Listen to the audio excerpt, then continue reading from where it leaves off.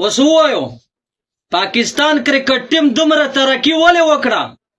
دا زما د کوچ دا زما د مشورو نتیجه ده. دا ما و چې درته چیغې والې که نه چې زما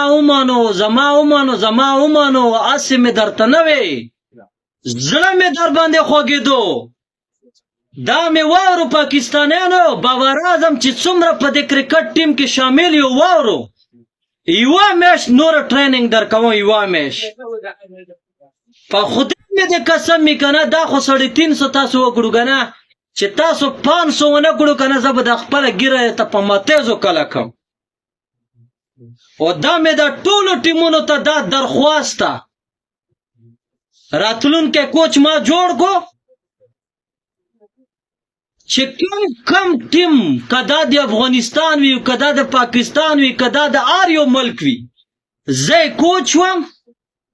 که تاسو مړی یو میچ هار کړو که نه زه مو ذمهوار یم.